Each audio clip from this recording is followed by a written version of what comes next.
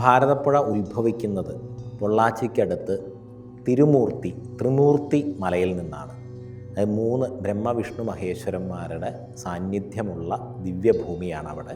അത്രി അനസൂയ ഋഷിമാരുടെ തപോഭൂമിയായിരുന്നു.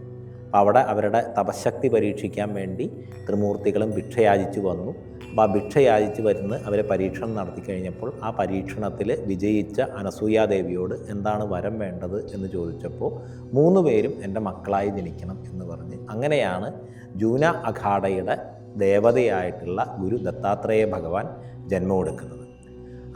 അത്രയും വിശുദ്ധമായ തപോഭൂമിയാണ് ത്രിമൂർത്തി ഹിൽ. അവിടെ നിന്നാണ് അനസൂയ ക്ഷേത്രത്തിൽ നിന്ന്, ആ ദേവീ ചൈതന്യത്തിൽ നിന്നാണ് ഭാരതപ്പുഴ പുറപ്പെടുന്നത്. അവിടെയാണ് ബ്രഹ്മദേവൻ ഈ ദക്ഷിണ ഭാരതത്തിൻ്റെ അഭിവൃദ്ധിക്ക് വേണ്ടി ആദ്യമായിട്ട് യാഗം നിശ്ചയിച്ചത്.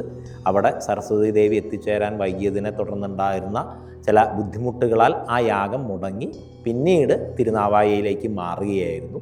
അങ്ങനെ അവിടെ നിന്ന് തൊട്ടാണ് സരസ്വതിയും ഗായത്രിയും ഒക്കെ നദികളായിട്ട് ഭാരതപ്പുഴയായിട്ട് ഉത്ഭവിച്ചു തുടങ്ങുന്നത്.